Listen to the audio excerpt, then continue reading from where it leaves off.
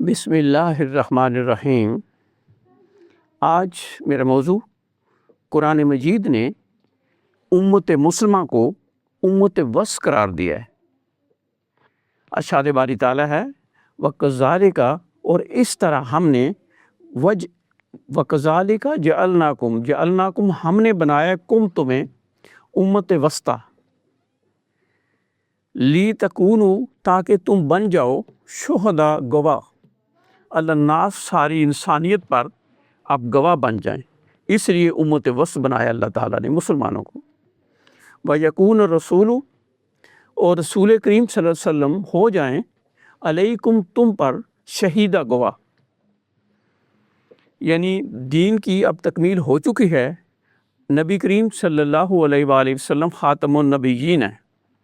اب امت وسط ہونے کی وجہ سے دین اسلام کی دعوت کا پیغام پہنچانے کی ذمہ داری مسلمانوں کی ہے، اور قرآن مجید کو ہدی للناس کہا گیا ہے، یعنی یہ ساری انسانیت کے لیے ہدایت ہے۔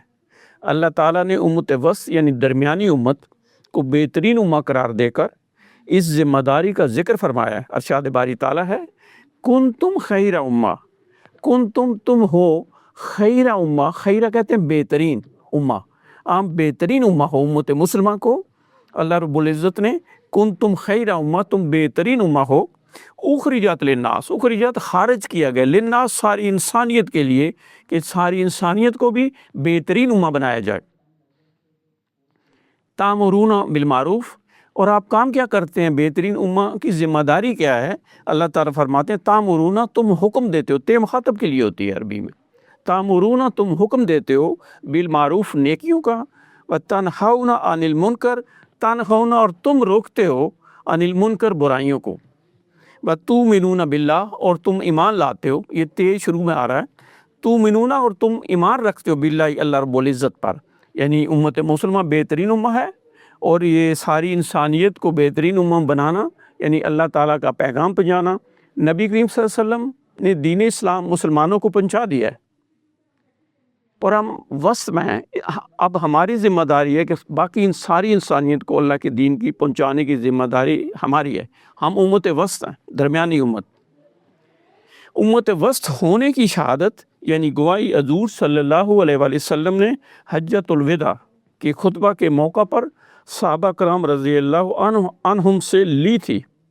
آپ صلی اللہ علیہ وآلہ وسلم نے ارشاد فرمایا قیامت کے دن تم سے میرے متعلق پوچھا جائے گا تو تم لوگ کیا کہو گے؟ صحابہ کرام سے نبی صلی اللہ علیہ وسلم نے فرمایا، صحابہ رضی اللہ تعالیٰ عنہ نے کہا ہم شہادت دیتے ہیں کہ آپ صلی اللہ علیہ وسلم نے تبلیغ کی ذمہ داری پوری کر دی ہے اور اللہ تعالیٰ کا پیغام پہنچا دیا ہے اور خیر خواہی کا حق ادا کر دیا ہے۔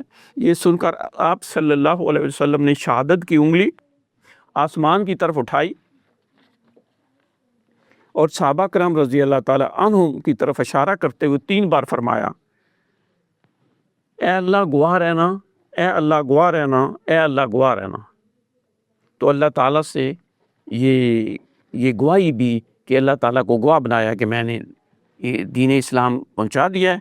اب اللہ تعالیٰ مسلمانوں سے پوچھے گا کہ کیا تم نے میرا پیغام ساری انسانیت تک پہنچا دیا ہے؟ یعنی نبی کریم صلی اللہ علیہ وسلم نے مسلمانوں تک دین اسلام کو پہنچایا، ہم امت وسط درمیانی امت ہو گئے۔ اب ہماری ذمہ داری ہے کہ ساری انسانیت کو اللہ کے دین کی ذمہ داری اس کو پورا کیا جائے۔ اگر ہم نے اپنی ذمہ داری پوری نہ کی تو جواب دہی کا سامنا کرنا پڑے گا۔ اگر لوگ دین اسلام کو نہیں قبول کر دے تو اللہ تعالیٰ فرماتے ہیں لا اکراہ فی الدین، دین میں کوئی جبر نہیں ہے۔